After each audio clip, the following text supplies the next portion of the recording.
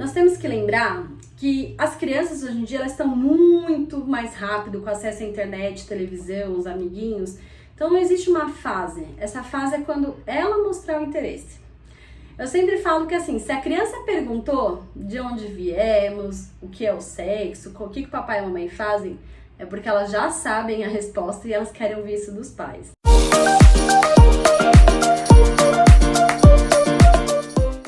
Oiê, sou a doutora Paty Terrível, pediatra, e a partir de hoje estou lançando um novo quadro aqui no YouTube.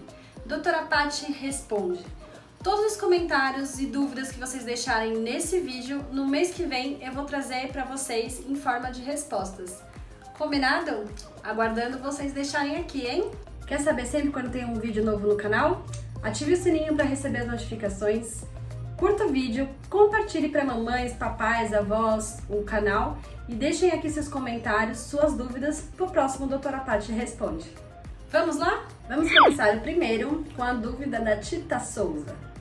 Doutora Paty, como lidar com picadas de inseto em crianças? Como saber qual inseto picou? Infelizmente não tem como a gente saber qual é o tipo de inseto, se foi mosquito, pernilongo ou às vezes formiga, tá? O que a gente precisa saber se a criança é alérgica à picada. Então se fica só aquela pontinha vermelhinha, a criança não tá coçando, não precisa fazer nada. Se ela começa a se irritar, existem pomadas antialérgicas, tá? Pra você passar, tomar cuidado quando é na mãozinha pra criança não colocar a mão na boca. E também se começa a ficar inchado, geralmente quem é alérgico à picada de pernilongo ou numa picada de abelha, que aí inflama em volta dessa picada, aí sim a gente precisa administrar antialérgico via oral. Mas para isso você tem que perguntar pro seu pediatra qual é o antialérgico e qual é a pomada que você tem que ter em casa na sua farmacinha, tá bom? A Nática Calheiros perguntou: plagiocefalia leve, melhora com o tempo ou o capacete é realmente necessário? Para responder primeiro, o que é plagiocefalia? A criança quando nasce, ela precisa nascer, são vários ossinhos para poder compor o crânio, tá? Para poder passar no canal do parto, para poder acomodar dentro do útero e principalmente quando a cabeça vai crescendo, o cérebro crescer também. Depois dos 2 anos, as fontanelas se juntam, famosa moleira, e formam um crânio só, que nem o nosso. Dependendo se for o trabalho de parto, como que foi, a criança, um osso pode ir um pouquinho para cima do outro. Se a criança fica muito deitada na mesma posição, pode ter um amassadinho da cabeça, então a criança não fica com a cabeça ovalada.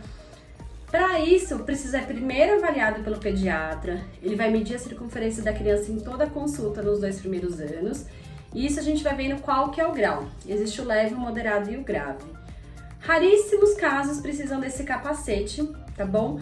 A maioria a gente consegue mudar só com as posições. Então, falar para a mãe amamentar do outro lado, deixar deitadinho no berço, na cama, pro outro lado, no carrinho, que isso vai deixando de deixar a cabeça um pouco achatada. Ela vai ficando um pouquinho mais redonda, tá bom? Agora, a Fabiana Deltaro.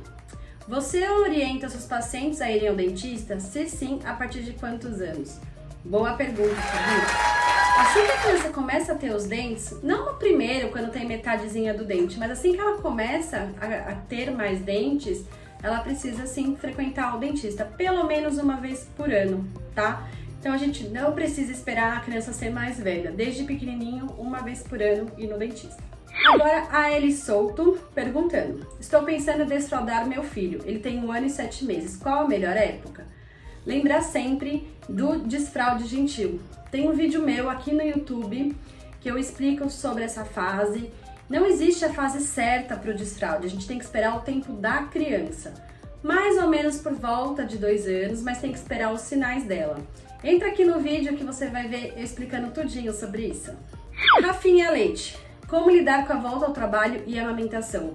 Volta em 30 dias sofrendo horrores já. Rafinha, primeira coisa, respira, que vai ficar tudo bem. Não quer dizer porque a mãe volta ao trabalho que a gente precisa entrar com fórmula, fazer a introdução alimentar antes do tempo. Por isso que é importante acompanhar sempre com o seu pediatra.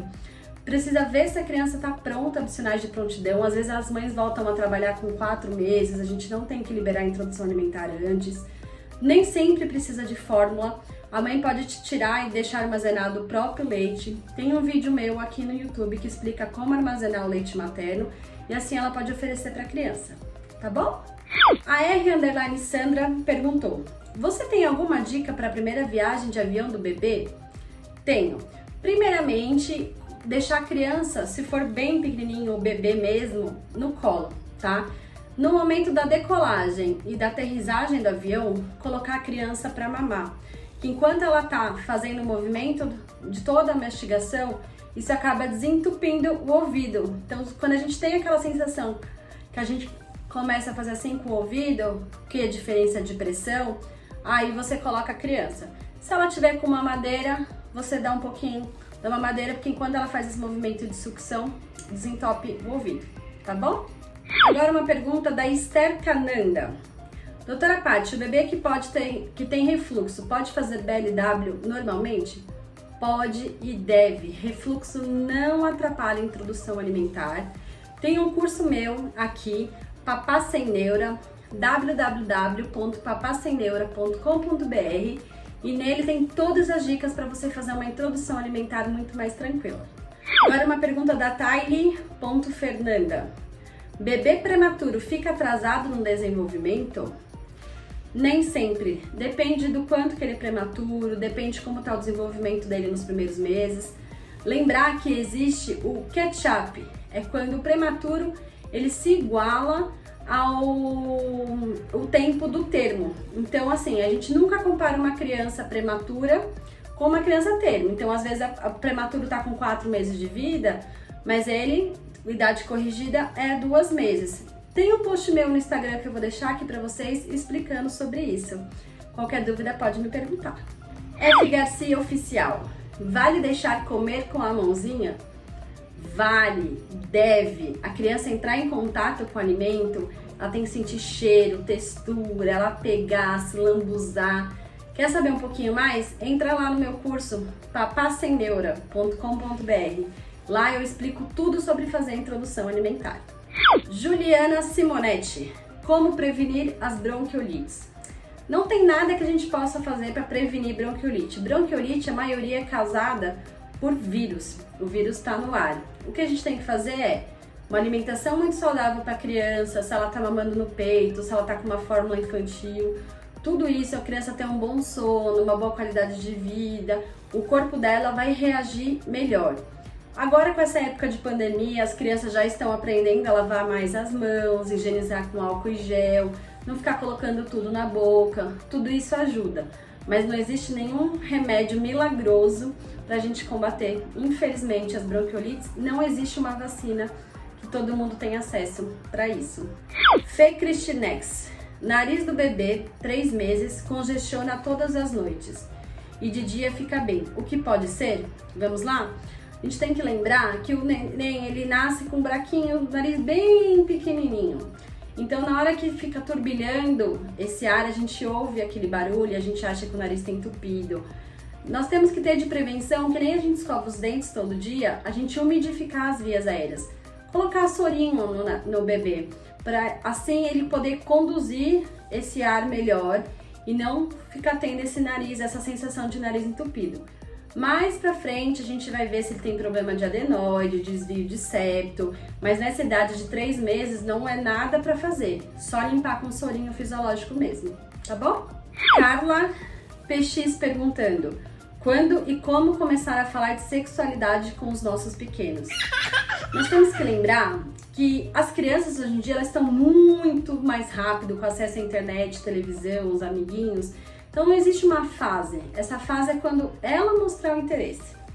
Eu sempre falo que assim, se a criança perguntou de onde viemos, o que é o sexo, o que o papai e a mamãe fazem, é porque elas já sabem a resposta e elas querem ouvir isso dos pais. Então o ideal é ir vendo qual que é a pergunta. Primeiro sempre ver o que as crianças estão assistindo na internet, na televisão, para ver se isso vai acabar indagando. Mas muitas vezes eles trazem essas dúvidas dos amiguinhos da escola. O importante é, surgiu qualquer comentário, aproveita a brecha e a gente fala sobre tudo, tá? Juliana Tamura Boriolo. Como saber se minha filha tem hiperatividade? Então, Juliana, isso é uma coisa multidisciplinar e demora um tempo. Então, assim, lembrar que criança é criança, gente. A criança faz bagunça, ela fala, ela não para quieta, não dorme. Então, hoje em dia, tem muito na moda a gente falar que a criança tá hiperativa, né? Já quer entrar com medicação, mas tem muita falta de paciência de pais, cuidadores, professores. Então, não dá pra gente, numa primeira consulta, analisar a criança e falar que ela é hiperativa para entrar com medicação. A gente precisa da avaliação da psicóloga, avaliação da neurologista pediátrica, pra gente poder fechar esse diagnóstico. Tá bom? Então, todas as dúvidas estão aqui respondidas. Vamos deixar aqui nos comentários as dúvidas pro próximo Doutora Paty Responde mês que vem? Aguardo vocês então, hein? Pra quem gostou, espero que todo mundo curta o vídeo, se inscreva no canal, ative aqui o sininho para receber as notificações dos próximos vídeos. E até mês que vem! Beijo, beijo!